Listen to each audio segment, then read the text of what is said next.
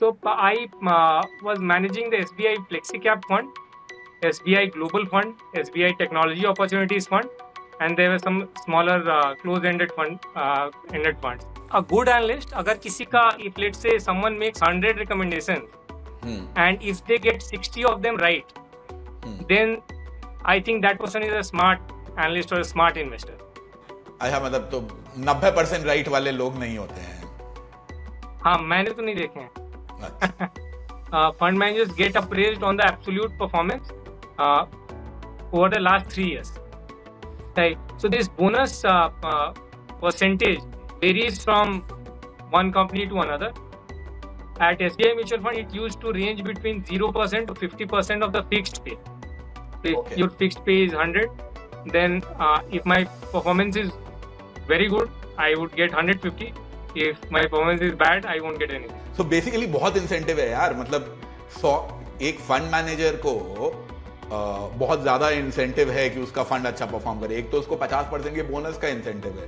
फिर भाई 20% पोस्ट, भाई जो इन्वेस्ट हो रही है, that is essentially sort of your post tax income. Technology opportunities fund में मैंने mid tier IT services firm में इन्वेस्ट किया और ऐसा लग रहा था कि उस कंपनी में now next 2 years are going to be great और अब ग्रोथ बहुत अच्छी आने वाली है. They had acquired a very good package implementation firm जैसे इम्प्लीमेंट करती थी. उस समय उसकी डिमांड थी. एसएपी आना अच्छा कर रहा था और मेरे खरीदने के करीब 2 महीने बाद जो है वो स्टॉक गिरना स्टार्ट हुआ और 1 महीने के अंदर that stock half. And through that period of 1 month, I just sat and saw that stock slide down. How can I or any other market participant, how can he beat the mutual funds? क्योंकि ये तो मतलब बहुत भारी मुश्किल काम लग रहा है यार.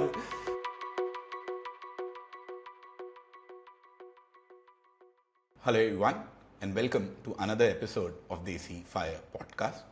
I'm your host Ravi Handa, and on this particular channel we talk about financial independence and early retirement. Today I have with me Anup Upadhyay, who used to be a fund manager at SBI and who happens to be my batchmate from IIT Kharagpur.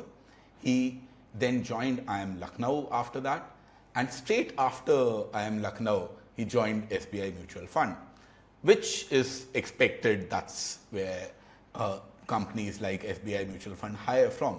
What is not expected is that once he joined SBI Mutual Fund, he didn't leave it. And he didn't leave it for 3 years, he didn't leave it for 5 years, he didn't leave it for 15 years. Which, trust me when I say this, is extremely uncommon in our age group, that someone joins a company from college and works there for a period of 15 years. We do have a few examples, I believe, but the number is under 10 in our batch, and I'm happy to have one of those 10 with me today. So welcome Anup, welcome to the show. Yeah, hi Ravi, thanks for having me on the show.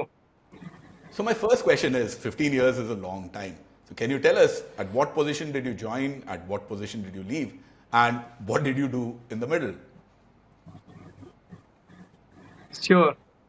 So I joined as when I joined in 2007, I joined as the sidekick to an equity analyst, the equity analyst for the IT sector. And before I joined the company, I was very kicked up and very excited about joining mutual funds. So there was a mini fight that I had at my college during the placement season to be able to participate in the interview process for SBI Mutual Fund. So I had happened to read a book written by Peter Lynch, one of the legendary investors and mutual fund managers from US, called One Up on Wall Street. And ever since I had read that, I was quite excited about working for a mutual fund. And it so happened that SBI Mutual Fund visited campus. Usually mutual funds don't hire for the investment team from campuses, or they don't hire freshers.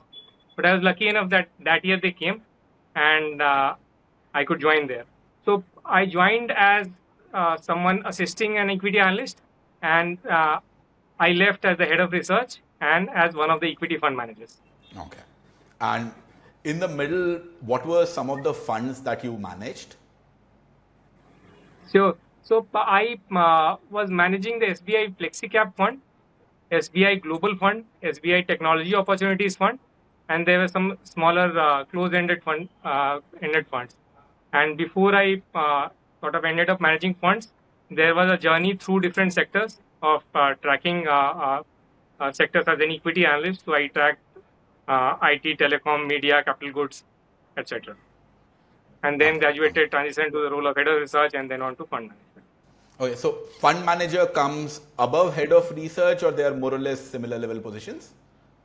So they are actually they both of them are at the same level, and in fact, in the team there was a very conscious feeling. There was a conscious positioning that everyone, fund manager, chief investment officer, head of equity, analysts, everyone has to consider themselves to be at the same hierarchy, and that is particularly important in an investment scenario because anyone can get a good idea, and if there is a hierarchical feeling in the team that the CIO is much more senior to me or the head of research is senior to me as an analyst, then an analyst may feel circumspect about sharing an intuitive idea that he or she may have.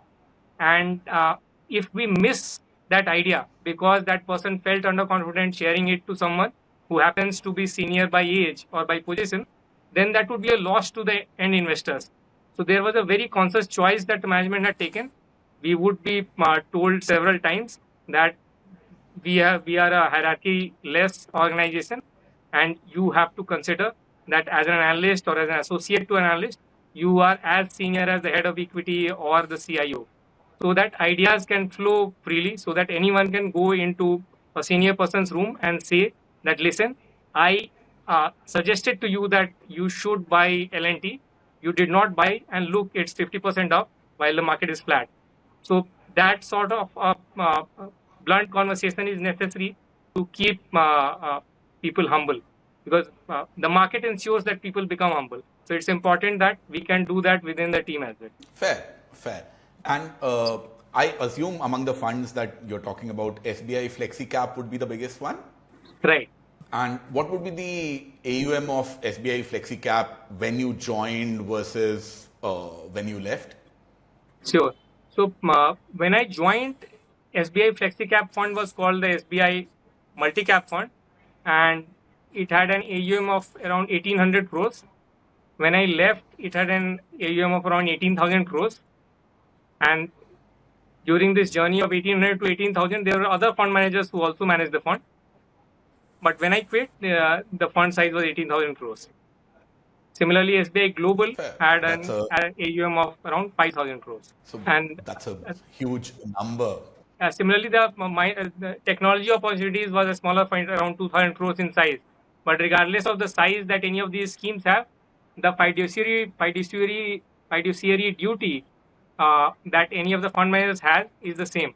Because even if there is a single investor in any scheme, the money for that investor is as important as the money or the expectations that an investor in a larger fund would have. So for a fund manager, it does not make should not make much of a difference how large the fund is. They have to treat each of them with a similar degree of importance.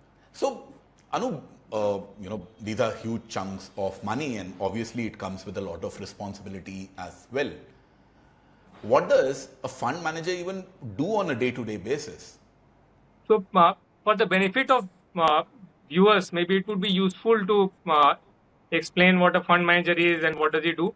So, when we are talking about fund managers, we are talking in the context of mutual funds.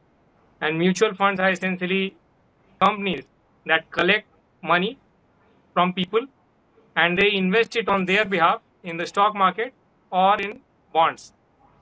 Now, mutual funds have got large teams of people who specialize in making these investments. The fund manager is a part of this team, the investment team, and it's the responsibility of the fund manager to ensure that the right decisions get taken in for the portfolios that he or she is managing. Now, when we talk about what they do on a day-to-day basis, one needs to make a distinction between what kind of funds the person is managing. So for an equity fund manager, a typical day would involve meeting people, reading, and arguing with colleagues and team members about their views on different stocks or sectors. अच्छा, arguments वगैरह होते हैं इसको लेके कि proper अपना मतलब presentation वगैरह होता है? How does it work? मान ले सपोज तुम बोल रहे है कि यार एलएनटी का शेयर मेरे को खरीदना है, so Right. You will make a PPT and then present it to team की हाँ देखो एलएनटी का शेयर हमको इसलिए खरीदना चाहिए, और how does that process work? Right. So if anyone has a किसी को भी अगर कोई हाई कन्विक्शन आइडिया है, someone feels very strongly कि ये स्टॉक तो बहुत इंटरेस्टिंग है और इसको अक्रॉस पोर्टफोलियोज ले लेना चाहिए और अच्छा खासा साइज अप कर लेना चाहिए, then they would typically make a detailed presentation and they would present it to the team in a sort of in a weekly forum. Now अच्छा, वीकली डिस्कशंस होते हैं which is open to, suppose भाई 5-6 fund managers होंगे या 10 fund managers होंगे जो पूरी team है, तो उनका पहले से डिसाइडेड रहता है कि अच्छा फ्राइडे 3 PM या Monday 1 PM we will sit and we will discuss ideas, या ऐसा होता है कि तुमको आइडिया आया और फिर तुमने सबको मेल बोला कि हाँ भैया मेरे को डिस्कस करना है, let us set up a meeting? right, so at SBI Mutual Fund there was this process that every week on one of the days, on the Thursdays, no one should schedule any external meeting. We have to keep our calendars free ताकि internally जो भी discuss करना है, झगड़ा करना है किसी भी चीज़ के बारे में, वो हम लोग कर सकें फ्रीली. और बाकी म्यूचुअल फंड्स में भी या बाकी इन्वेस्टमेंट हाउसेज में भी there would be some similar forum. It may not be an entire day, but if there is any high connection idea, then it would get discussed, and one makes the analyst would or the fund manager would make a detailed presentation, और उसके बाद जो discussion होता है that is typically very noisy and it generates a lot of heat. So there would be many occasions there would be very bitter fights, particularly if there are two people who hold contrary opinions, or if there are two people who have expertise in the same sector and they understand it well and they have different opinions. So it would come down to the choicest of abuses and it would generate a lot of heat. Not because they start by deciding कि नहीं झगड़ा करने से ही ज़्यादा अच्छा conclusion निकलता है, but typically if you have already discussed something for 3 hours and your mind is already inundated with facts and figures, and one is failing to convince someone else, some people would get worked up. So, but more important than the feelings, what's important is that the idea gets thrashed thoroughly. तो उसमें अगर किसी को भी information का gap है तो that gets field कि यार इतने देर 4 घंटा कुछ डिस्कस कर रहे हैं, तो एटलीस्ट आपको जानकारी तो पूरी मिल गई कंपनी के बारे में. आप ओपिनियन जो भी बनाए, same two people can look at the same set of facts and reach different conclusions. वो people are lost in their own minds कि मन में एक एंकरिंग का बायस हो जाता है कि यार मैं एनालिस्ट हूँ, I think of myself as an expert, क्योंकि यार मैं तो 12 साल से 15 साल से 20 साल से यही सेक्टर देख रहा हूँ, मेरे मन में मैं एक्सपर्ट हूँ और मैं एक ओपिनियन दिया एक स्टॉक पे और it has been going wrong and now I feel wedded to that idea. It becomes somewhere it comes into my ego that how could I go wrong और how can I accept that I am not right. So ऐसा कुछ debate या discussion होने से people are forced to recognize कि यार देखो factually तो आप नहीं जस्टिफाई कर पा रहे हैं, अब यहाँ पे आपका आर्ग्यूमेंट जो है थोड़ा ढीला पड़ने लगा. तो I think in any sphere of life, just not just investment, just talking things out at times exposes thought gaps in thinking. हाँ, मतलब कोई फ्लॉ अगर है तुम्हारी रीजनिंग में अबाउट समथिंग और 10 स्मार्ट लोग बैठे हैं जो कि उस बारे में काम करते हैं, they will be able to pinpoint कि नहीं देख यहाँ पे गड़बड़ है और this is why the thesis does not work. तो ये जो आइडियाज हैं ये फंड मैनेजर CIO लेवल से भी आते हैं और एकदम जूनियर लेवल से भी आते हैं. जो तुमने ज्वाइन किया था जब तुम इक्विटी एनालिस्ट था, वो हायरार्की वगैरह बिल्कुल नहीं रहती है. राइट, हाँ, वो हायरार्की नहीं रहती है. राइट, मतलब ऐसा नहीं है कि तुम अगर फंड इक्विटी एनालिस्ट है तो तुम पहले अपने फंड मैनेजर के पास में जाएगा, फिर फंड मैनेजर CIO के पास में जाएगा और फिर वो बोलेगा कि अच्छा हाँ क्या करना. It's a very open discussion among the team members. तो यार इसमें तो कॉल तो तुम्हारी गलत भी होती होंगी बहुत सारी. और अ गुड एनालिस्ट, अगर किसी का, if let's say someone makes 100 recommendations and if they get 60 of them right, then I think that person is a smart analyst or a smart investor. और अच्छा जो एवरेज बंदा है जो कि who is well sort of grounded in theory and जो कि अच्छा खासा टाइम स्पेंड किया है अपने सेक्टर में, an average guy success rate would probably be 52%, somewhere between 50-55%. So 60% is something that is hard to maintain. Okay okay. अच्छा मतलब तो 90% राइट वाले लोग नहीं होते हैं। हाँ, मैंने तो नहीं देखे हैं। अच्छा। पता नहीं यार, मेरे को ट्विटर पे तो बहुत दिखते हैं जो कि 90% राइट रहते हैं, बट वो ट्विटर और व्हाट्सएप ग्रुप्स के ऊपर ही पाए जाते हैं शायद।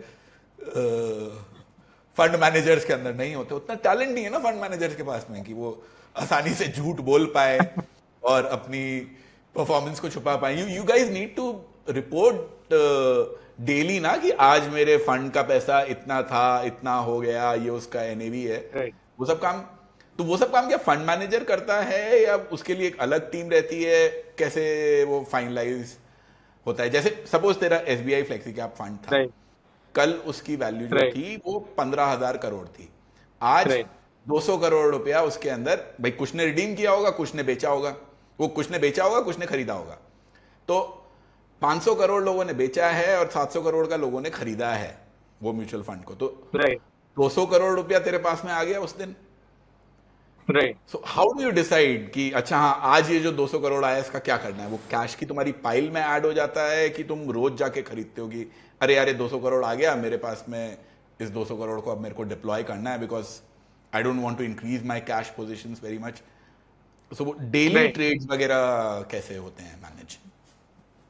I think you more or less described it well. एक टीम होती है जिनका ऑपरेशंस टीम, जिनका काम होता है managing the sort of processing the inflows and outflows, and they inform the fund management team that there is, and let's say there is a large investment that has come in, and let's say 200 crores are coming in, so they would give an update to the fund manager that it is being processed, so be ready, and then essentially the fund manager would be ready to deploy or sort of whatever, keep it as cash. But there is a separate team for that to ensure that the fund management team, the investment team, they can't really finger around or play around with the money going in and going out. उनका day to day का headache में वो नहीं रहेगा। अच्छा तो नहीं। 18,000 करोड़ पे 200 करोड़ बहुत बड़ा अमाउंट हो जाता है क्या, जिसके लिए फंड मैनेजर को चिंता करनी पड़ेगी कि 20 करोड़ बड़ा अमाउंट होता है? मतलब for that flexi cap fund तुमको Right. अपने किसी आदमी का फोन आएगा, सर आज 5 करोड़ रुपए रिडीम हो गए या 500 करोड़ रुपए रिडीम हो गए, तुमको कब इंफॉर्मेशन पहुंचेगी as a fund manager? So एक सॉफ्टवेयर रहता है which sort of sends an alert. So there would be something called a high value alert, high value transaction alert. So typically क्या है कि on an average any of the schemes, equity schemes, would be having a cash of say between 1% to 6-7%. 10% से ज्यादा cash रखना in equity scheme is not allowed by SEBI. क्या बात कर रहा है यार, पराग पारिक वाला वो जो फंड नहीं है पीपीएफएस का, वो लोग तो अभी 18-20% कैश पे बैठा है। मतलब that's I remember reading something like that. So they would take an exception from their board of directors. They would take firstly an exception from the investment committee. They would take an exception from the board, and they would document it that because of special circumstances we are going beyond 10% cash. But that can't be the norm. Okay. And it's not even in the interest of the fund manager, because typically most fund managers are not good at taking market calls in the industry.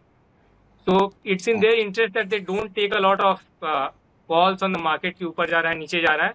It's best कि आप एक tight ज़्यादा cash नहीं रखिए. Investor ने एक बार decide कर लिया अपने एंड पे कि मुझको इक्विटी में इन्वेस्ट करना है, अब उसके ऊपर से कोई अपनी बुद्धि लगा रहा है कि नहीं आपकी इच्छा तो है इक्विटी में लगाने की, लेकिन मैं कह रहा हूँ कि यार अभी तो 40% कैश रहना चाहिए, तो that might be double thing. It may not be fair to the investor. उसके लिए उस टाइप के फंड्स होते हैं, there are the balance advantage funds और हाइब्रिड फंड्स, वो सब राइट. डायनेमिक एसेट एलोकेशन वो सब है, जहां पे कि ये फंड मैनेजर का काम है कि भाई तुम कॉल लो कि कितना कैश रखना है या कितना कैश नहीं रखना है. राइट. राइट. जब तक वो कैश की विंडो के अंदर है तब तक तुमको चिंता की कोई जरूरत नहीं है. डू यू रिमेम्बर कि कभी ऐसा हुआ था कि अरे मतलब यू मस्ट हैव सीन ना कि भैया किसी दिन मार्केट बहुत ज्यादा गिर गया है या बहुत ज्यादा चढ़ गया है तो सडनली बहुत ज्यादा इनफ्लो आ गया या सडनली बहुत ज्यादा रिडेम्पशंस आ गए और फिर उसको कैसे मैनेज Right. करते? Because there see I would say such days would occur rarely, but मान ले 4 जून, आई डोंट नो तुम इस बार मार्केट देख रहा था 4 जून को या नहीं, जिस दिन इलेक्शन का वो आया, उस दिन Right. तो यार मतलब म्यूचुअल फंड वालों का मुझे पता नहीं क्या हाल रहा होगा कि भैया कितने रिडेम्पशंस हो रहे हैं या कितने वो हो रहे हैं। तो मतलब Right. लेट नाइट तक काम करना पड़ता है ऐसे सब सिचुएशंस में, कैसा रहता है कि तुम्हारा वो नहीं, नहीं लेट रहता, वो नाइट फंड मैनेजर का नहीं है, वो ऑपरेशनल इशू है? नहीं, अगर बहुत ज्यादा रिडेम्पशंस आ गए या इनफ्लोज आ गए तब तो फंड मैनेजर का काम है to decide what needs to be bought और sold. And I also had sort of several moments where there would be a huge redemption, and this happens particularly in the smaller schemes जहाँ पे late से आपकी scheme का size ही 500 करोड़ है और उसमें कुछ बड़े इन्वेस्टर्स थे.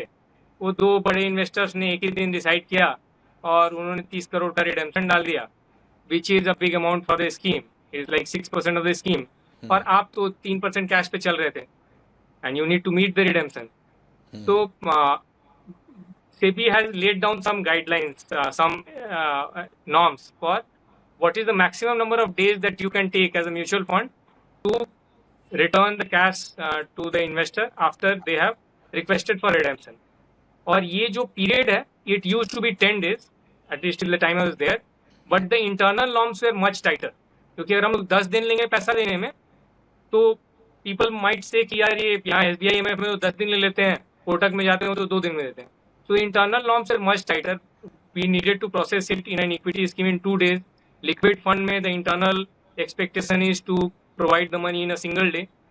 So उन cases में there would be a crisis, and one would need to take the approval of the risk management team and the investment committee and the MD and CEO, and sort of manage that cash somehow by selling stock from your scheme to maybe another scheme within the fund house, which is something that is not encouraged from a risk management perspective. It's not a good practice, but under special situations वैसा करना पड़ता है.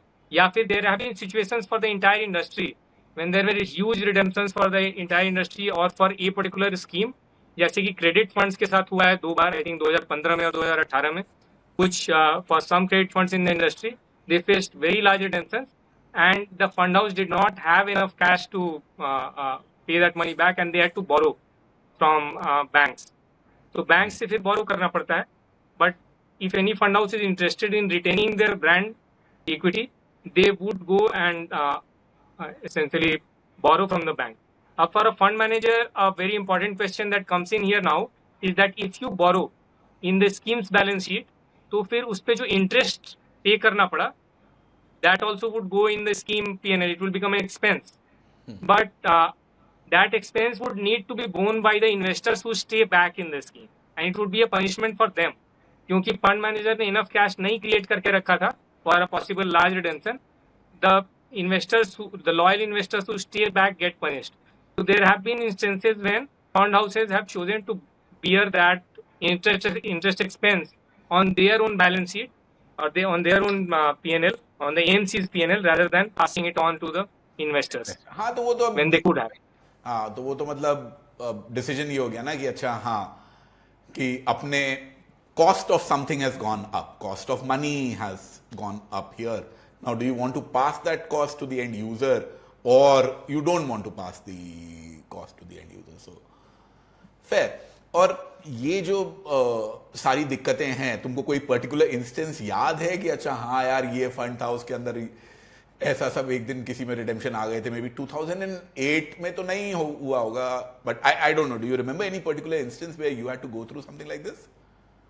2008 में तो ऐसा नहीं हुआ था, but I remember several instances. One of the worst memories from my time working, because जब भी ऐसा होता है that a fund manager is found to be wanting on cash, and if it's, let's say, the extent of redemption is, let's say, 5% or 6% of the AUM, then it is expected that the fund manager should have kept that much cash. और अगर मेरे पास नहीं है, then I need to go and request the CIO and the risk management team that please make an exception. Please allow me to generate that cash through through means that are not encouraged, like inter-scheme transactions or by borrowing.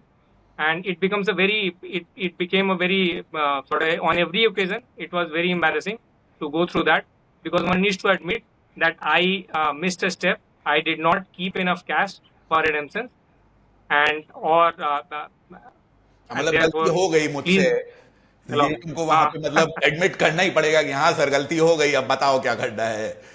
तो Right. So again ये जो तुम्हारी perform मतलब appraisals होते हैं उसके अंदर Right. As an investor तो भाई मैं तुमको सिर्फ एक चीज पे जज करता हूं, तुम कितना मेरे को रिटर्न कमा के दे रहे हो। But Right. I do believe that fund managers would be judged on much more than just कि तुम कितना returns कमा के दे रहे हो।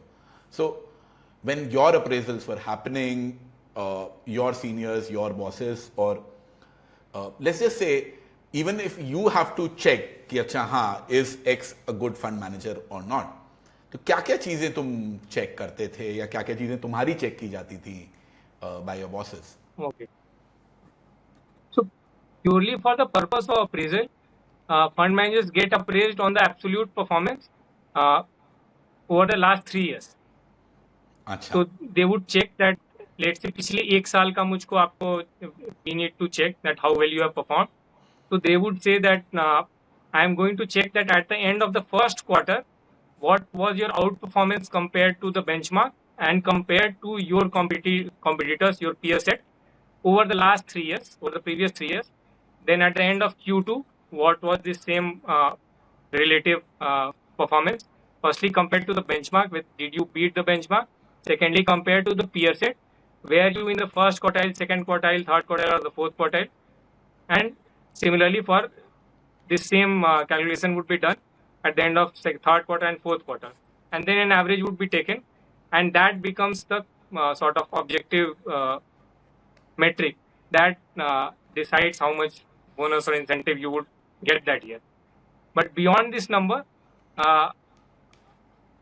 when a fund manager would get appraised or when they would be given feedback, the CIO or the chief investment officer would also factor in softer factors like what are the kind of stocks through which I have generated my excess return. So when I am talking excess return, it means that let's say my portfolio gave a return of 36%. The benchmark, let's say it was Sensex, it gave a return of 30%. So 36 minus 36% is the excess return. So you generated an excess return of 6%, which is good. Let's say compared to my peer set, I was in the first quartile, so excellent. But if my outperformance has come from a stock which has, let's say, poor corporate governance, or where a stock that was not expected to do well and there was a windfall, no one expected this company to get this huge order और suddenly वहां से आ गया, मतलब तुक्का लग गया तो है। फिर हाँ तुक्का लग गया, तो फिर दे वुड नो कि यार इसका इस साल तो तुक्का लग गया है, but actually he doesn't appear to be have generated this alpha through the right way. Through logical So means मतलब one would be told, yaar, keep your head stable, don't get overexcited. You need to generate it to the right way. The right way, as in you didn't see it coming. Good for us, but this would be something that becomes a part of the softer appraisal that gets factored in when it gets decided किसको बड़ा fund मिलेगा, छोटा fund मिलेगा, and so on. अच्छा अच्छा। और जो तुम्हारी इनकम होती है उसके अंदर I am sure there would be some fix pay and there would be some variable pay depending upon कि भाई तुम फंड को कितना पैसा कमा के दे रहे हो। how much of your income is essentially linked to the performance of the fund, A, and B, how much of your income you are supposed to invest in the fund? ऐसा भी कुछ रूल होता है ना कि तुमको अपनी income का इतना % अपने फंड में लगाना ही लगाना पड़ेगा, so that you have skin in the game. तो skin in the game भाई, एक तो तुमने उसमें पैसा लगाया है, so you want that fund to perform. The second thing is कि नहीं, मेरा फंड अच्छा परफॉर्म करेगा जिसको मैं मैनेज कर रहा हूं, तो मेरे को बोनस मिलेगा। So what are roughly the numbers like in terms of percentages? How exactly does that work? So SEBI has mandated this skin in the game requirement that for every fund manager, 20% of their compensation has to mandatorily be invested in the schemes that they manage.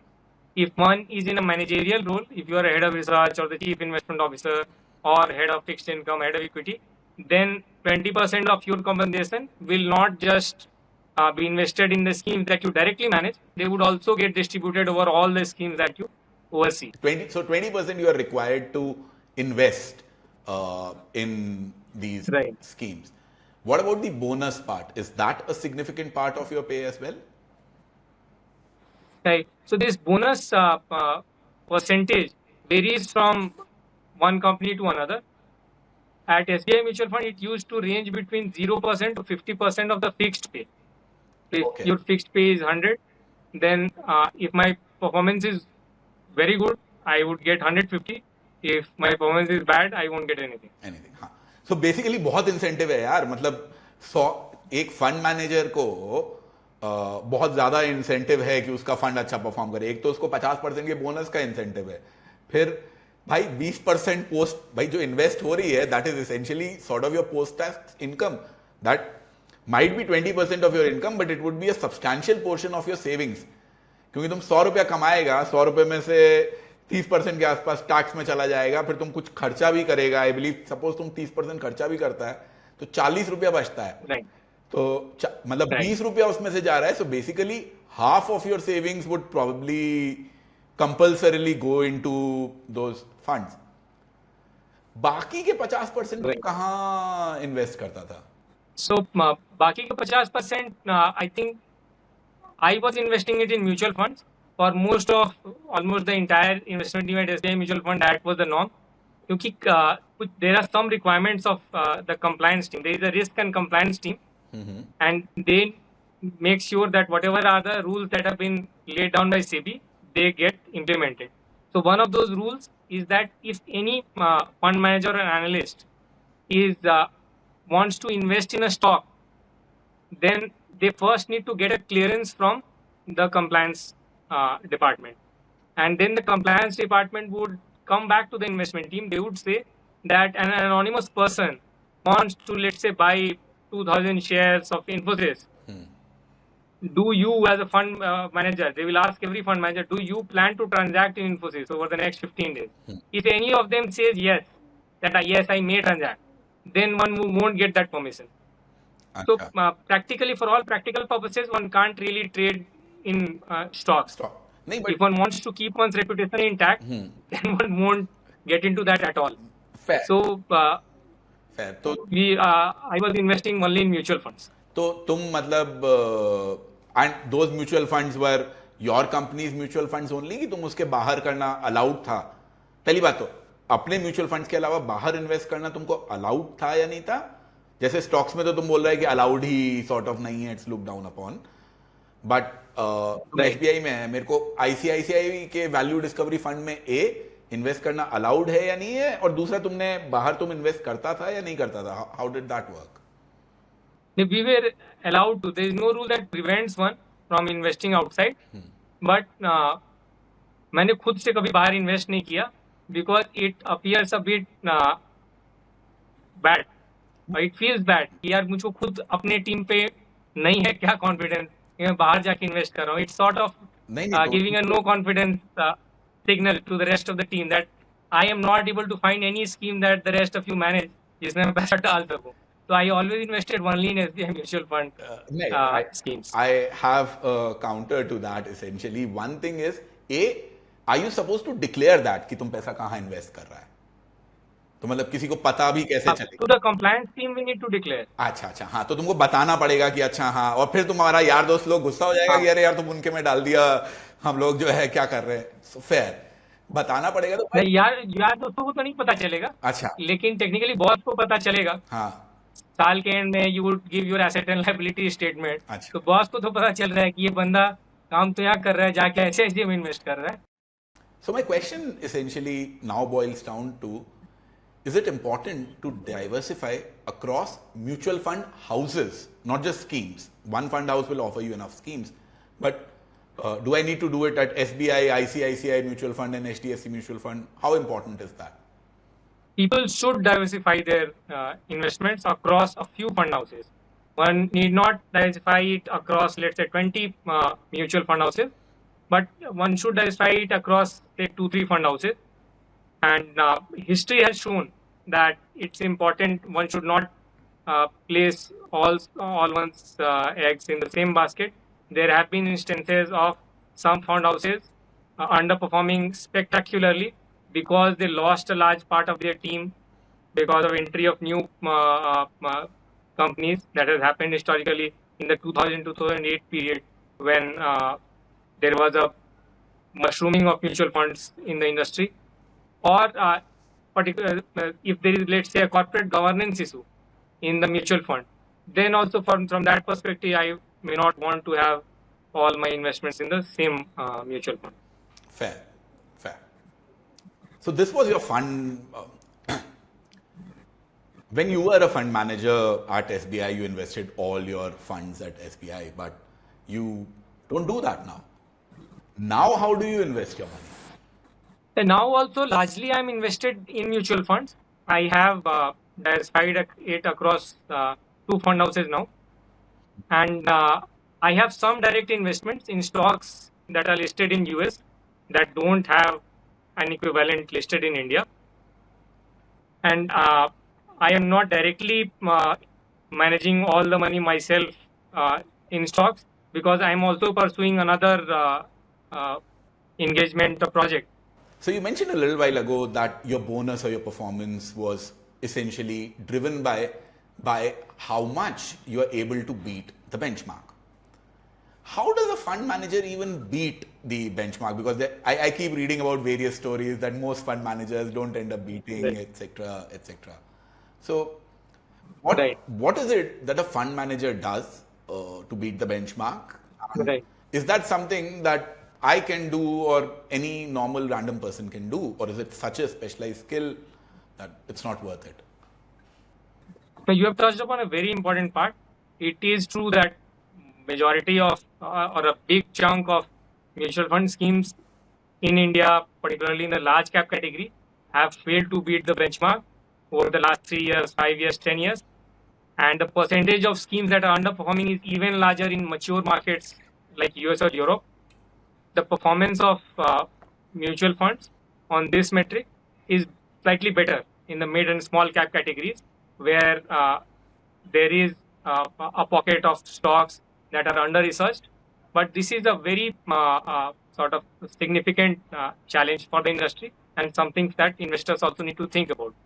So I will first answer how do active fund managers, how do they try to beat the benchmark, and then I will come to whether individual investors can do that, and if so, how. बिल्कुल लो तुम पूरा time low and I would request you to do this part in Hindi because that's a lot of Okay. our audience. When we are talking of beating the benchmark, maybe I would explain कि जब हम लोग ये benchmark की बात कर रहे हैं, ये बेंचमार्क जो है वो निफ्टी है या सेंसेक्स BSE 100 जैसा एक इंडेक्स है जो कि एक्सचेंज पब्लिश करती है, और ये रेगुलेटर जो सेबी है, जो रेगुलेटर है फाइनेंशियल मार्केट्स की म्यूचुअल फंड है, उसने मैंडेट किया है यार आप जो भी म्यूचुअल फंड हो, जो भी स्कीम आप चला रहे हो, आपको एक बेंचमार्क चूज करना पड़ेगा. हम लोगों को पहले से बता देना होगा रेगुलेटर को कि मैं जो हूँ वो फ्लेक्सी कैप फंड स्कीम अभी लॉन्च कर रहा हूँ और इसका बेंचमार्क होने वाला है BSE 500 इंडेक्स. अच्छा ये और बेंचमार्क ये इसलिए इम्पोर्टेंट है ताकि एक सेकंड, ये बेंचमार्क तुम बताते हो या सेबी तुमको बताता है कि नहीं तुमको ये वाला बेंचमार्क फॉलो करना पड़ेगा? नहीं, ये actually largely the mutual fund decide. SEBI ने ये किया कि सेबी ने कैटेगरीज डिफाइन कर दी हैं क्लियरली कि आप कुछ भी म्यूचुअल फंड स्कीम लेके नहीं आ सकते हो, कुछ अतरंगी आइडिया लेके नहीं आ सकते हो कि मैं तो भाई लेट से मैं वर्ल्ड बिल्डिंग फंड या नेशन बिल्डिंग फंड ले आ रहा हूँ, जिसका मतलब इन्वेस्टर को नहीं समझ में आ रहा है. आप क्लियरली बताइए कि मिड कैप फंड है, स्मॉल कैप फंड है, लार्ज कैप फंड है, टेक्नोलॉजी फंड है, एनर्जी फंड है, क्या है. और एक बार अगर वो क्लियरली डिफाइन हो जाता है कि ये फंड क्या है, तो फिर ज़्यादा चॉइसेस बचते नहीं हैं म्यूचुअल फंड हाउस के पास वो बेंचमार्क चूज करने में, क्योंकि ज़्यादा बहुत सारे there not too many indices, competing indices. या तो आप BSE वाला कोई इंडेक्स उठाइएगा या निफ्टी NSE का कोई इंडेक्स उठाइएगा. तो एक बार ये बेंचमार्क जब डिफाइन हो जाता है तो when we talk about beating the benchmark, it means that जो म्यूचुअल फंड स्कीम है उसका return as I said earlier अगर 36% है और उसका बेंचमार्क अगर BSE 500 था और उसका रिटर्न अगर 30% है, 30% है, तो 36 में से 30 गए, 6% जो है वो उसका एक्सेस रिटर्न हुआ। एंड इस 6% ये इसी एक्सेस रिटर्न के लिए mutual fund is charging the management fee. नहीं तो इन्वेस्टर जाके और किसी इंडेक्स फंड में लगा सकता है, कोई ETF खरीद सकता है। So one is paying that extra 1.5% in a regular scheme, or let's say 0.7% or 0.5% in a direct scheme, or that extra return that implicitly the fund house is promising. So Ravi's question for the benefit of viewers is that कैसे ये ensure होगा कि ये extra access return generate हो। तो equity funds की हम पहले बात करते हैं। तो in a normal equity fund, the fund manager, जो फंड मैनेजर है स्कीम को, उनका टारगेट ये रहता है कि मैं 2-3 स्टॉक ऐसे निकालूं जो कि अगले 2-3 साल में डबल या फिर ट्रिपल हो जाए, जो कि बेंचमार्क को सिग्निफिकेंटली बीट कर दें। कि बेंचमार्क तो 12% रिटर्न दिया और लेट से मैंने इन्वेस्ट किया डिक्सन टेक्नोलॉजीज में और डिक्सन तो यार ट्रिपल हो गया 2 साल में और ये तो 12% रिटर्न दिया। तो उस 2 या 3 स्टॉक्स के सेट से इतना बड़ा आउट परफॉर्मेंस आता है, उसका इम्पैक्ट पूरे पोर्टफोलियो ऑफ 30-35 स्टॉक्स पे इतना बड़ा होता है कि बाकी पोर्टफोलियो में अगर कोई बहुत बड़ा एक्सीडेंट नहीं कर दे फंड मैनेजर, तो the excess return for the entire portfolio will be handsome. तो जैसे 80-20 प्रिंसिपल होता है जीवन के हर क्षेत्र में, उसी तरह से यहाँ पे भी वो मोर और लेस लागू होता है कि अगर 6% का आउट परफॉर्मेंस था 36 माइनस 30, तो इस 6% का 80% जो है 4.8% would most probably be coming from 3 stocks. और यही 3 स्टॉक मुझको खोजने हैं। मेरा जो पूरा स्किल सेट है, प्रॉमिस है एज अ फंड मैनेजर कि मुझको ज्ञान है, मैं 20 साल से फंड मैनेजमेंट कर रहा हूँ, मेरे पास एक बहुत बड़ी आर्मी ऑफ एनालिस्ट है, मैं बहुत सारे रिसर्च रिपोर्ट्स पढ़ता हूँ। उन सब का निचोड़ निष्कर्ष ये है कि भाई आप ये 3 स्टॉक निकाल के दिखाइए जो कि पूरे मतलब कि बड़ा वीरेंद्र सहवाग की तरह से खेलेंगे, और बाकी के बैट्समैन कुछ ज्यादा नहीं भी किए तो चलेगा कि वीरेंद्र सहवाग तो आके मतलब कि धूम मचा दिए। दूसरा ये कि बाकी का जो पोर्टफोलियो बचा, जिसमें मान लीजिए मेरे पास 35 स्टॉक्स थे, तो बाकी के जो 32 स्टॉक्स बचे उसमें कोई बड़ा एक्सीडेंट नहीं होना चाहिए। ऐसा नहीं होना चाहिए कि भाई 3 स्टॉक तो ऐसे भी हैं जो कि हाफ हो गए, उसमें मैंने 10% लगाया था, वो 10% का वेट जो है वो घट के 5% हो गया, तो जो भी फायदा हुआ उन 3 चैंपियन स्टॉक्स में वो सारा यहाँ पे स्वाहा हो गया। तो ये एक्सीडेंट्स प्रिवेंट कैसे करने हैं, ये भी एक आर्ट है, और there is a fair amount of experience and process that goes into it. तो the simple sort of rule that one tries to follow is that one has to exit poor investments quickly, and one may define those poor investments by the fall in stock price. One may define it by the dilution in quality in my investment thesis कि मैंने कोई stock खरीदा, अब वो 30% ठुक गया, मैंने खरीदा 100 पे, वो 70 का हो गया, स्टॉक अभी भी नीचे जा रहा है। Now as a fund manager को अब डिसाइड करना है कि अब वो ये बोले कि मैं तो यार इसको बहुत डिटेल में डेप्थ में रिसर्च किया था इस स्टॉक को, और मुझे कॉन्फिडेंस है कि मार्केट को समझ में नहीं आ रहा है, ये स्टॉक तो ऊपर जाएगा ही जाएगा, मैं बैठे रहूँगा इस पर। और अगर ये जो 70 का है स्टॉक आज, अगर ये अब घट के 40 हो गया, तो फिर आपकी जितनी एक्सेस रिटर्न थी पिछले 3 साल की वो पूरी साफ हो जाएगी। तो there is a bit of process here that any good fund manager would have some process there based on his or her experience on when to sell, when to exit.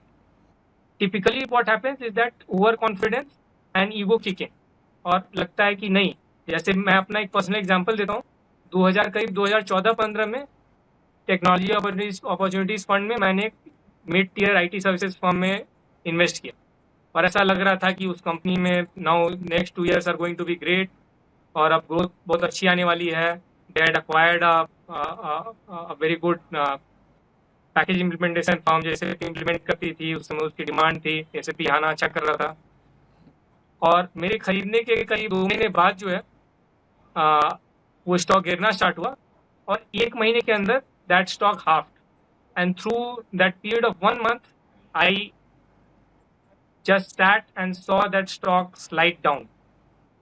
And there is a phrase called deer under headlight, deer caught in headlights, which means कि आपके साथ suddenly कुछ होता है, अचानक से कुछ होता है और आप समझ नहीं पाते कि अब क्या करना है, अब मैं दाएं भागूं, बाएं भागूं, बेच दूं और ले लूं.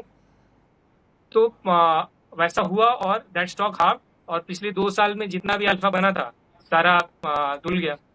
और जब ऐसा होता है, जब कोई 200 का स्टॉक लेट से 100 हो जाता है, तो now to go back to just recover my cost price, that stock needs to double.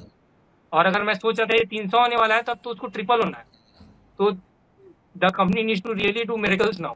हाँ, मतलब तो पहले तेरी एक्सपेक्टेशन 50% की थी, अब तेरी एक्सपेक्टेशन जो है वो 200% की हो गई है विफ इट हैज. हाँ, सो दैट्स एन इशू. जो कि जो स्केलर फंड मैनेजर का वो यहाँ पर आता है कि based on his or her experience, based on their process, based on their understanding of that business, when do they say कि नहीं मैंने गलती कर दी, मुझको अब यहाँ से निकल जाना चाहिए. And typically the faster one does it, the better it is. क्योंकि अक्सर ऐसा होता है कि मार्केट को आपसे ज़्यादा जानकारी, आप कितने भी बड़े फंड मैनेजर हो, आपके पास कितनी बड़ी टीम है, मार्केट की विजडम आपसे ज़्यादा होती है. आप कुछ भी, आप वॉरेन बफेट हो, आप चार्ली मंगर हो, आपके साथ एक अलीबाबा हो सकता है. And one can sort of one needs to have process for doing that. तो टिपिकली फंड हाउसेज में भी एक सेपरेट रिस्क मैनेजमेंट की टीम होती है इन्वेस्टमेंट टीम के अलावा, जिसमें भी 15-20 लोग होते हैं जो अलर्ट करते रहते हैं कि देखिए भाई ये तो अब आपका यहाँ पे लॉसेज हो रहे हैं या एट्रीब्यूशन नेगेटिव हो रहा है. And one would get question in the monthly investment committee performance review meeting. So to summarize, there are 2 parts for an active fund manager to beat the benchmark. 1, find 3 champion stocks that generate significant, that multiply over the next 3 years, and prevent accidents in the rest of the portfolio. Understood. So this is what a fund manager does. How can I or any other market participant, how can he beat the mutual funds? क्योंकि ये तो मतलब बहुत भारी मुश्किल काम लग रहा है यार. So but as you might know, I believe in India more money is invested by the retail investors directly compared to the amount that is invested via mutual funds. I remember reading something like that कि ज्यादा लोग अपना पैसा directly stock market में लगाते हैं compare to जितना पैसा वो म्यूचुअल फंड्स के थ्रू लगाते हैं. तो ये तो बहुत मुश्किल काम है, तो वो लोग कैसे बीट कर लेंगे यार? मतलब how are they going to do that? मुझे लगता है कि जो रिटेल इन्वेस्टर है, दे हैव, उनके लिए जो चैलेंज है वो थोड़ा इससे इजियर है. इसलिए क्योंकि म्यूचुअल फंड के फंड मैनेजर को तो अपनी मैनेजमेंट फी भी रिकवर करनी है, जो कि करीब लेट्स से 1% है, 1% ऑफ फंड है. तो ये 1% एक साल में तो छोटा अमाउंट लगता है, बट से over a period of 10 years it's a substantial cushion. तो वन एज अ 1%, 1% का तो एडवांटेज मुझको डे 1 से है एज अ रिटेल इन्वेस्टर, क्योंकि मैं किसी को पे नहीं कर रहा हूँ. दूसरा क्या है कि जो म्यूचुअल फंड के मैनेजर्स हैं, उनको अपना कैरियर रिस्क भी मैनेज करना होता है. तो इसलिए वो थोड़ा try to play it safe, और they are under extra pressure कि I have to look good in the performance review committee meeting. तो and that changes one's behavior, that I may want to exit a stock very early, and if I had, let's say, held on, actually अगर मुझ पे कोई pressure नहीं होता तो maybe मैं hold on करता और वो स्टॉक मल्टीप्लाई करता. But I don't want that extra stress of being looked negatively by my peers. Similarly, on the other side also, because of the risk of me losing my incentives, or because of the that same pressure, I may want to lock in my profit faster. यार इतने out performance में तो मेरा इस साल का bonus या अगले 2 साल का बोनस तो सिक्योर हो गया, अब बहुत ज़्यादा मुझको चैंपियन बनने की जरूरत नहीं है, let me now play it safe. But retail investor can choose to not come under that pressure. उनको किसी को भी प्रूव कुछ भी नहीं करना है, अपनी जॉब नहीं बचानी है. तो those are advantages for retail investor. अब यहाँ पे दीज आर द पॉजिटिव्स. अब जो रिटेल इन्वेस्टर है उसको 2 या 3 चीजें करनी होंगी अगर उनको म्यूचुअल फंड मैनेजर को बीट करना है। उसमें तो पहला ये है कि आपको एक अच्छा खासा समय डिवोट करना होगा टुवर्ड्स रिसर्च। दूसरा है कि आपको फोकस करना होगा एक पर्टिकुलर एरिया ऑफ एक्सपर्टीज में। कोई भी कितना भी बड़ा फंड मैनेजर हो ये नहीं कह सकता है कि मुझको जितने भी निफ्टी के 50 स्टॉक्स है सब में मुझको महारत है, BSE 500 मुझको सब समझ में आता है। और टिपिकली कोई कह रहा है कि उनको समझ में आता है तो मोस्ट प्रोबेबली उनको बहुत ज़्यादा एक्सपीरियंस नहीं है। None of the experienced fund managers feel that, and that is why they hire a lot of analysts with them. That's why they talk to a lot of industry experts, because they know that my expertise is limited to a certain part of the market. और तीसरा है that individual investor जो हैं उनको एक तरीके से प्रणाली से मेथोडिकली काम करना होगा। तो मेथड पता होना चाहिए कि हाँ ये मेरा मेथड है। ऐसा नहीं कि नहीं अब से मैं तो अच्छे से काम करूंगा, वैसे मन में सोचने से नहीं होगा।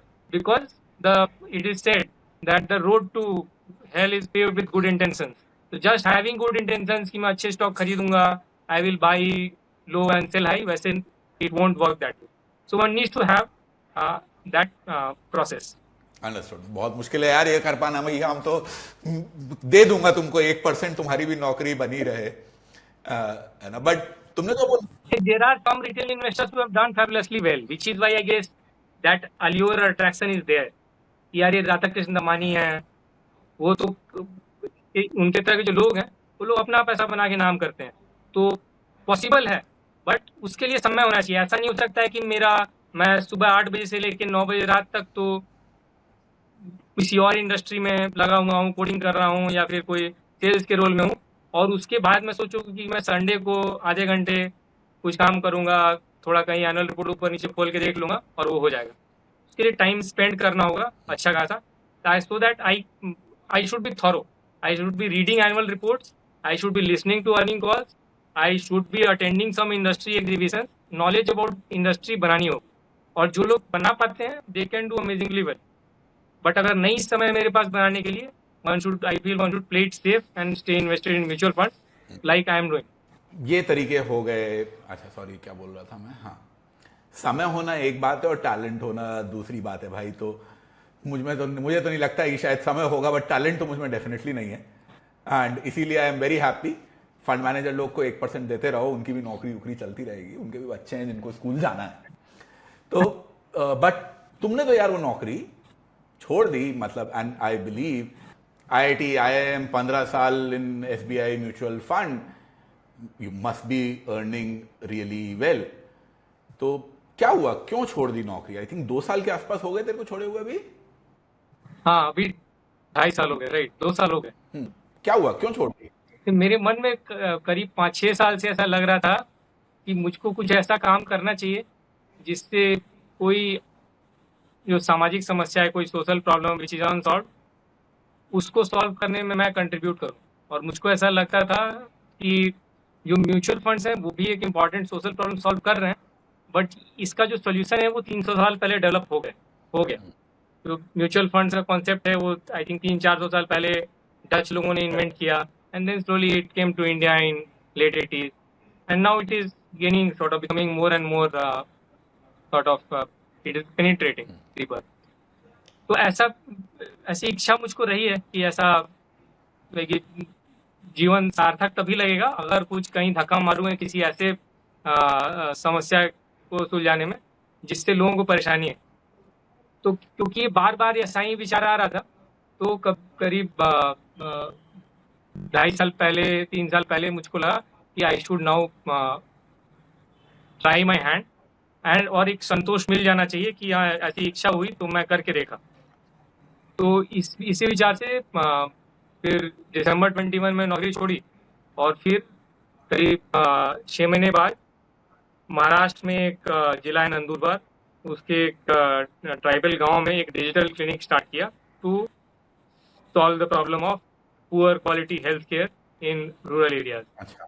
तो गांव में टिपिकली बोगस डॉक्टर, झोला छाप डॉक्टर जो हैं वो बाइक पे घूमते हैं और बोतल, स्टेरॉइड्स, इंजेक्शन रैंडमली लगाते हैं लोगों को, और उनसे जाने तो जाती हैं और काफ़ी कष्ट भी होता है, बीमारियां बढ़ती हैं।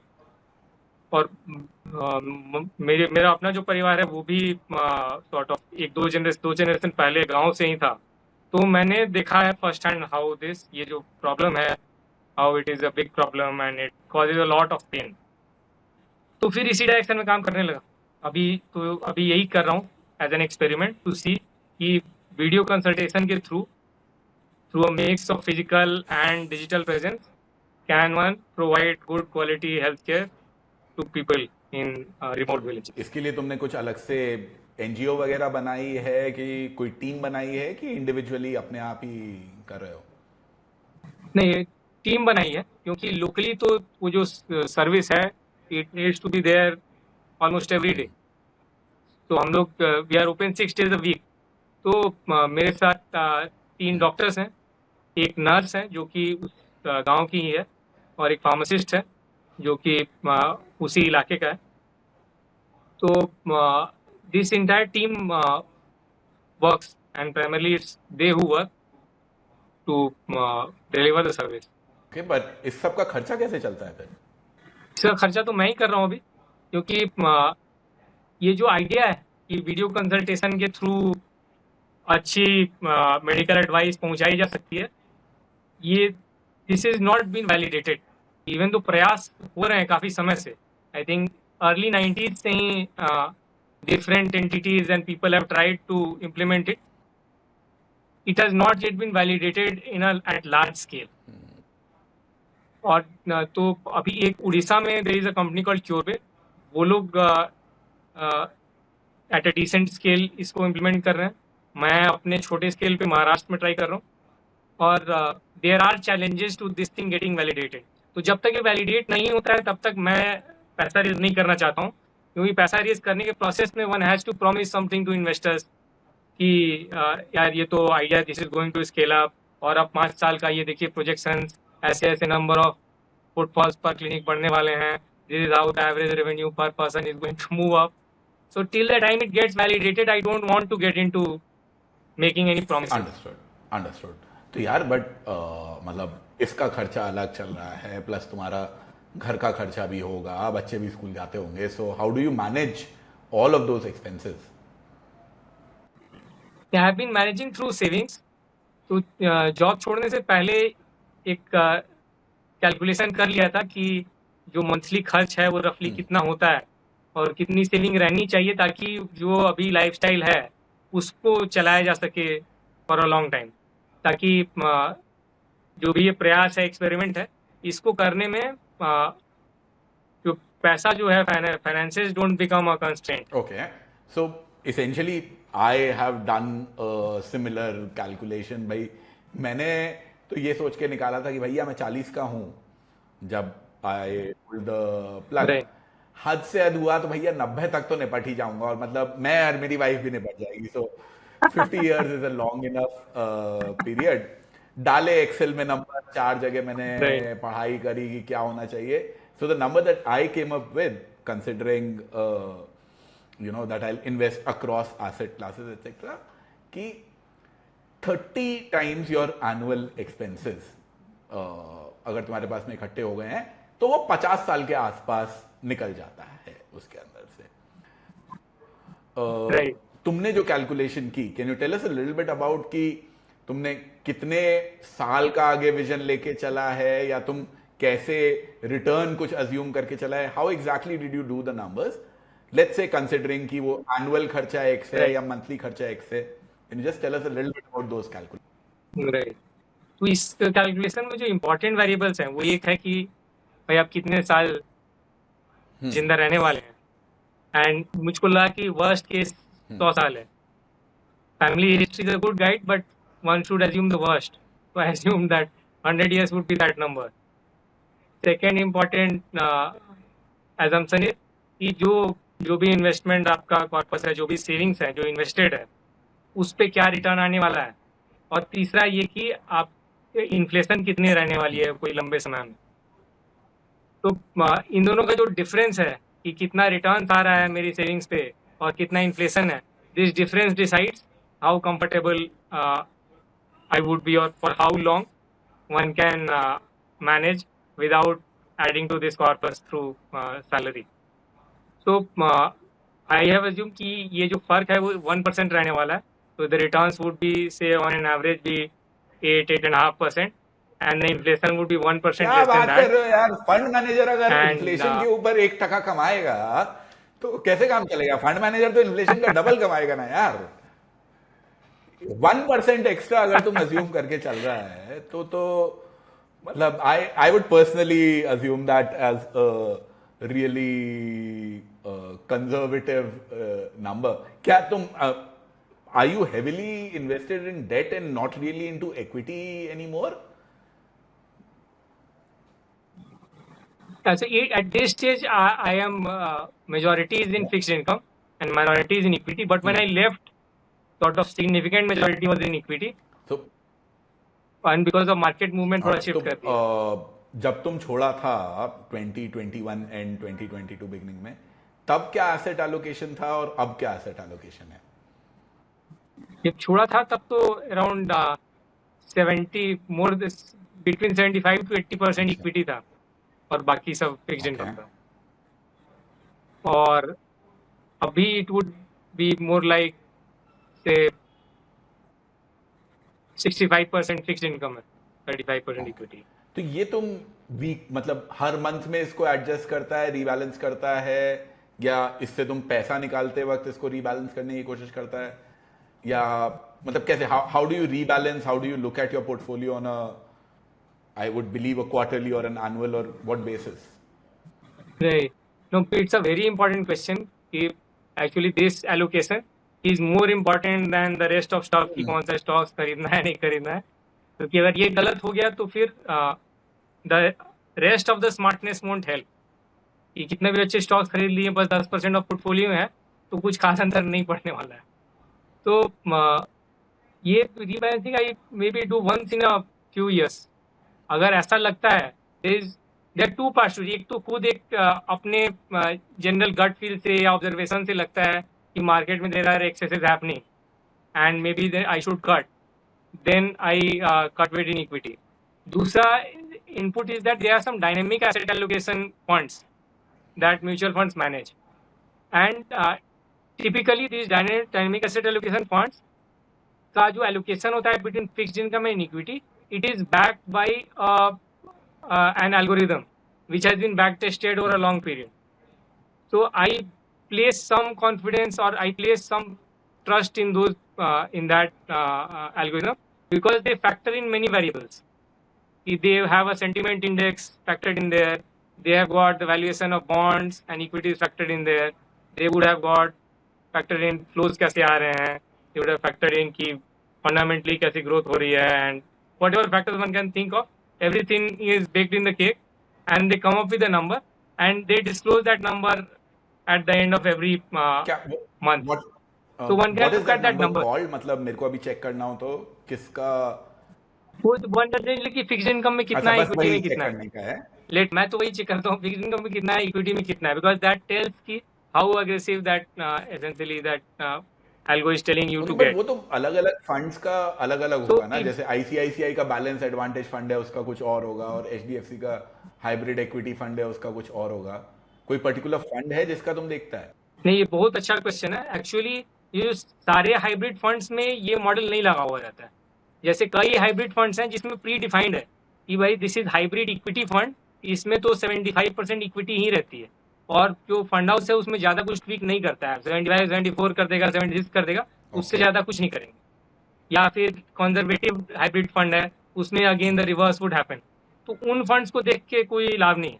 There are some dynamic asset allocation fund और multi asset allocation funds, and if in their prospectus they have declared that we are using a model, and if I have confidence in that fund house, then I will check the results. क्योंकि उसमें क्या है कि उसमें केवल gut feel पे नहीं जा रहा है कि फंड मैनेजर को लग रहा है कि यार अभी तो बहुत मंदी है, अभी भेज देते हैं. उसमें there is there are some facts and figures are also going into that decision. तो जो गट फील वाला पार्ट है वो मैं खुद ही कर ले रहा हूँ कि हाँ, कि anyone your gut feel is as good as mine, so I outsource that. और जो फैक्ट्स एंड फिगर्स है वो आउटसोर्स कर दिया है किसी को. Which is the fund that you are using? I look at SBI multi-asset allocation fund, SBI Dynamic Asset Allocation Fund. मतलब अभी And I know that model has been well tested, and I have faith in जो that. है fund house छोड़ दिया but loyalty अभी भी तुम्हारी SBI के प्रति पूरी है.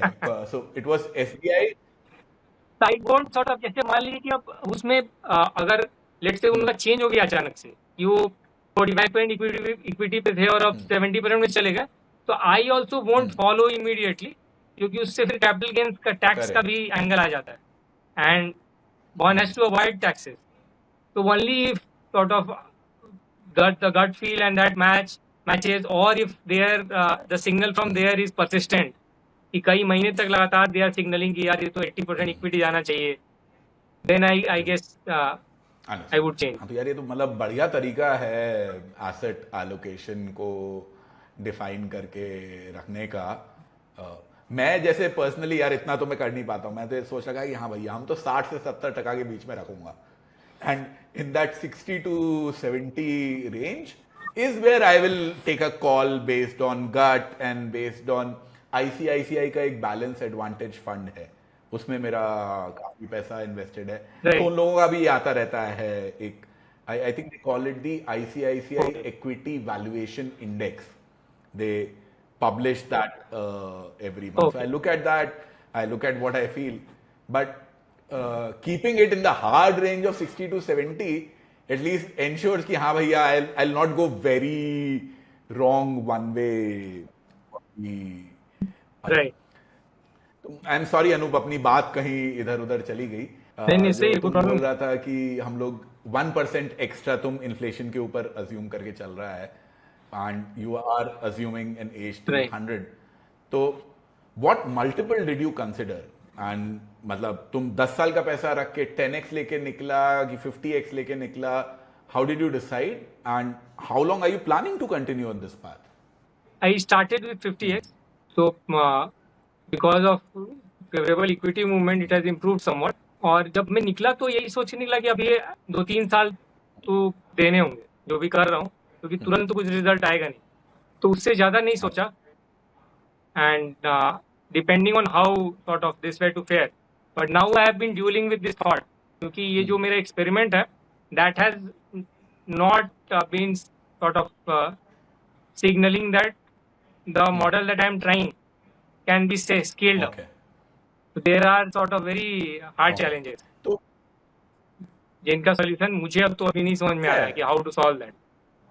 So I have been sort of in my mind debating वापस जाना now है नहीं that जाना है, whether I should join a job back, वापस जाना है नहीं जाना है, क्या करना है, क्या मतलब ये देख फंड मैनेजर की जॉब तो ऑब्वियसली बहुत ही स्ट्रेसफुल रहती ही होगी.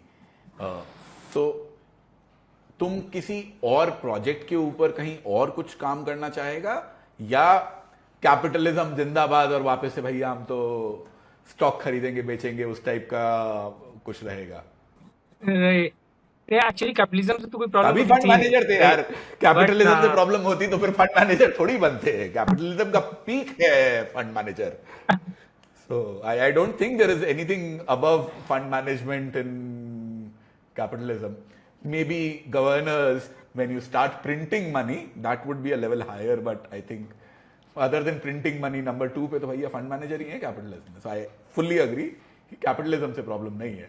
अभी तो ये जो एक्सपीरियंस रहा मेरा of the last 2 years, that has made me a bit bitter, to be honest, about sort of whatever the venture I've been in. क्योंकि इसमें there is a lot of friction from the people one encounters. So when I started, I assumed of course that people are not going to necessarily come out and help कि हाँ भाई आप भला सोच रहे हो तो हम लोग भी मतलब कि अपनी जॉब ही छोड़ देंगे या फिर बहुत हेल्प करेंगे. But after going in interiors, after roaming around, after trying to sort of set up something as simple as, let's say, a clinic in a village, I felt that there is a lot of human friction, of people friction. The farther one goes from cities, I felt the greater the amount of distrust that the system appears to have in people. So people sort of are skeptical कि आप आए हो तो आपका intent तो कुछ गड़बड़ी होगा, कि आप शहर से यहाँ आए हो तो कुछ अच्छा तो सोच के नहीं आए होगे, कुछ जरूर मतलब कि कुछ तो दाल में काला है, यार and it doesn't go away even if India you is fail. A low trust society, क्योंकि I don't blame people as well, क्योंकि ज्यादातर टाइम पे अगर 10 लोग वहां कोई जा रहे हैं हेल्प करने के लिए और या हेल्प के बारे में बात करने के लिए, तो 9 लोग किसी ना किसी और अपने मोटिव से ही जाते हैं। तो ये तो रहेगा यार, and this is something that I have personally experienced. मैं एक जयपुर के पास में जगह है, वहां पे मैंने जाके पढ़ाने की कोशिश की थी। सो अच्छा, जस्ट कि भाई जेई वगैरह के लिए थोड़ा बहुत मैं ट्राई मार लेता हूँ, मतलब मेरी इच्छा हुई, so I thought that I give that a try. मैं वहाँ गया, स्कूल में मिला, किसी ने मेरे को हाँ, इंट्रोड्यूस करवाया था, ऐसा भी नहीं है कि मैं डायरेक्टली जा रहा हूँ। तो वो जो राइट, स्कूल के प्रिंसिपल वगैरह होते हैं ना, कि नहीं आपको अपनी कोचिंग चलानी है क्या, आपको अपनी कोचिंग बेचनी है क्या, नहीं सर ऐसा कुछ नहीं है। मेरा जो उद्देश्य था वो ये था कि यार मेरे को 3-4 बच्चे मिल जाए ना भाई, उससे ज्यादा को मैं मॉनिटर नहीं करना चाहता हूँ, उससे ज्यादा मैं रिस्पॉन्सिबिलिटी लेना नहीं चाहता हूँ। स्कूल है वो, राइट, मतलब it's not a big private school, तो ऐसा भी नहीं है कि उनके बच्चे अपने आप ही 12th में कोई बहुत ही हाई फाई कोचिंग ज्वाइन कर रहे होंगे। मैं यार 3-4 बच्चों को लूंगा, मैं ट्राई मारूंगा कि अच्छा हाँ can I actually improve their chances of giving JEE etc and all that। Right, और वो 3-4 बच्चे मुझे कौन लेने हैं from batch of I think 30-35 का जो बैच था, कि मैं उनको बोला सर मैं आपके यहाँ आके हर हफ्ते के अंदर 2-3 क्लासेस लूंगा, और उससे मैथ्स बच्चों की इंप्रूव होगी यार। मैं 15 साल से मैथ्स पढ़ा रहा हूँ, 11वीं 12वीं की मैथ्स पढ़ानी कोई इतनी भारी चीज नहीं है। बट 1-2-3 स्कूल में ट्राई किया है ना, 2 तो प्राइवेट थे अपने which were right, well to do. Jaipur में मैं अपने आसपास ही ट्राई कर रहा था, तो वहां पे तो कोचिंग इंस्टीट्यूट्स के लोग रहते ही हैं, सो दैट्स वेरी अंडरस्टैंडेबल। तो इसलिए मेरे को लगा कि नहीं यार यहाँ पे इस टाइप का इकोसिस्टम है, इसलिए मेरे को नहीं मिल रहा है। तो मैंने सोचा मैं एक बाहर का स्कूल ट्राई करता हूँ, जहाँ पे कि कम से कम ये तो नहीं होगा कि भैया कोचिंग वाले आए हैं और वो है, बट वहां भी रिस्पॉन्स वही मिला कि नहीं राइट, क्यों है, क्या है, अच्छा देखेंगे ये वो। बहुत रेजिस्टेंस था, और वो रेजिस्टेंस के बाद में फिर मैं सॉर्ट ऑफ जो गिव अप ही कर दिया, क्योंकि जो उनके लोकल मैथ्स के टीचर थे उनको ये बात बिल्कुल भी अच्छी नहीं लग रही थी कि अच्छा हाँ कोई बाहर से क्यों ऐसा करना चाह रहा है, ओके, रहने दो यार नहीं हो पाएगा। सो मतलब दिस वाज व्हाट, मेरा तो मतलब एक दिन में ये एक्सपीरियंस था, तुम तो 2.5 साल से कर रहे हो, so I am sure you will have faced lot more than what I did. And on that note मेरे को लगता है कि हम लोग घंटा 1.5 घंटा तो हो गया गप मारते हुए, फाइनल वीडियो शायद 40 मिनट के आसपास का रहेगा। Right, so before we sign off, मैं तुम्हारे 15 साल के एक्सपीरियंस पे as a fund manager bank करना चाहता हूँ, और मैं पूछना चाहता हूँ कि एक कोई ऐसा आदमी है जिसको फाइनेंस में थोड़ा बहुत इंटरेस्ट है और बहुत ज़्यादा उसको पता नहीं है, उस टाइप के इन्वेस्टर के लिए तुम क्या राइट, 3 टिप्स देना चाहेगा about the equities. I am not talking about कि अगले 6 महीने में क्या होने वाला है और क्या sense, and that's a different discussion all together.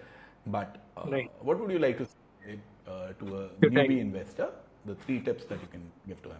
एक बेस्ट तरीका तो ये है ये समझने का कि जो बहुत सक्सेसफुल लेजेंडरी इन्वेस्टर्स हैं, जैसे बफेट हैं, हॉवर्ड मार्क्स या पीटर लिंच, उन्होंने किताबें लिखी हैं, अपने इन्वेस्टर न्यूज़ लेटर्स लिखे हैं, उनको पढ़ के और सीखे आदमी की कैसे how can I become a good investor, वो क्या गलतियां किए हैं, वो क्या सीखे हैं। But because you have asked me the question, I will share what I have learned and I am also still learning, but I will share my learning. मुझको लगता है कि 3 इंपॉर्टेंट चीजें हैं। एक ये है कि सबसे पहले एक्सपर्टीज बनानी चाहिए एक छोटे एरिया में, चूज करना चाहिए कि मैं अपना एज बनाऊंगा। Let's say I am a software programmer, I will build my edge in IT services, and that edge will not be built by learning more about technology. That edge will be built by going through all the annual reports of all the IT services firms.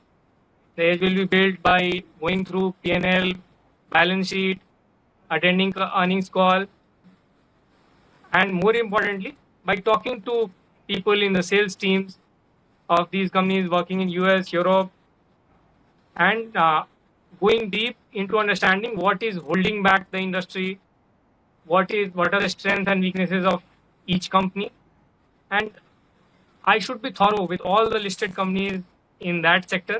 I should have an intuitive understanding of where each company stands.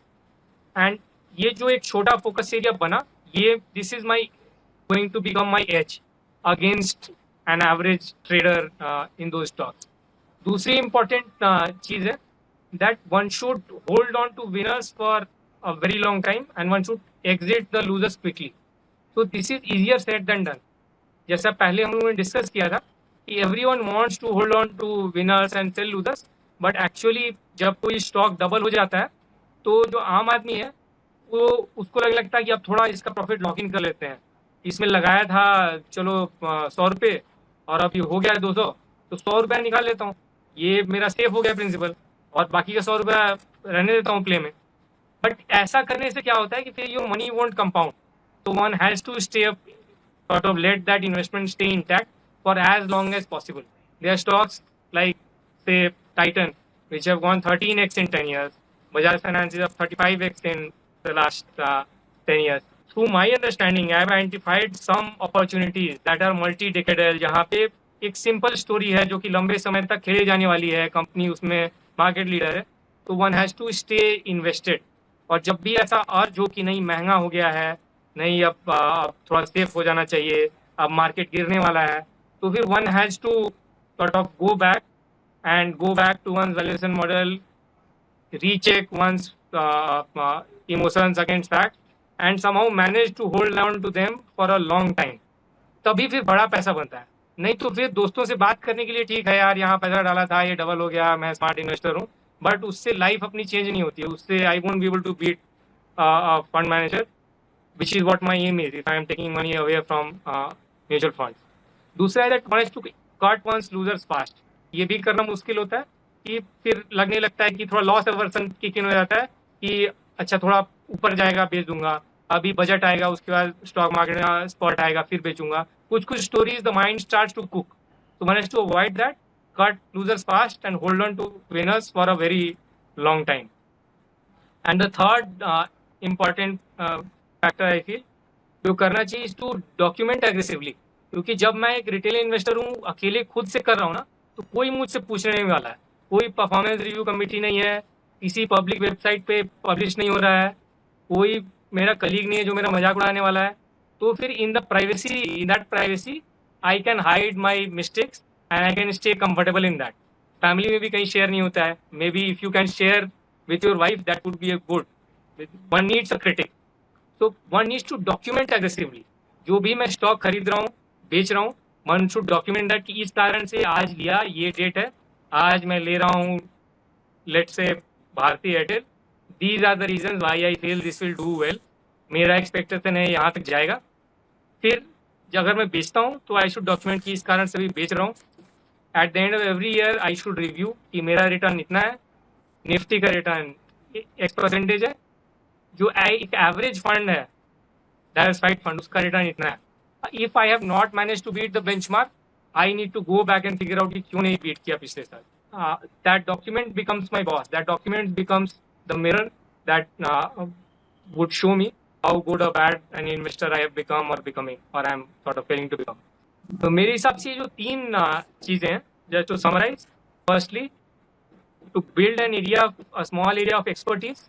Secondly, to hold on to winners for many years and to sell losers fast. And thirdly, to document aggressively. These three, if I do in a disciplined manner as a retail investor, one would end up with a good return. At least one would be on the path of becoming a better investor. So, thank you, Anup. Thank you for all the tips that you have given and giving us 1.5 hours for this discussion. मेरे को काफ़ी अच्छा लगा, काफ़ी कुछ सीखने को मिला. उम्मीद करता हूँ लिसनर्स को भी इसमें काफ़ी कुछ सीखने को मिला होगा. अगर आपको ये एपिसोड अच्छा लगा तो प्लीज़ लाइक बटन ज़रूर दबाएं. नहीं भी अच्छा लगा तो भी प्लीज़ लाइक बटन दबा दो ताकि मैं आगे भी ये करता रहूँ, वरना मुझ में उतना मोटिवेशन रहेगा नहीं. And on that note, I would like to end today's episode. Hope I have earned the privilege of your time. Thank you.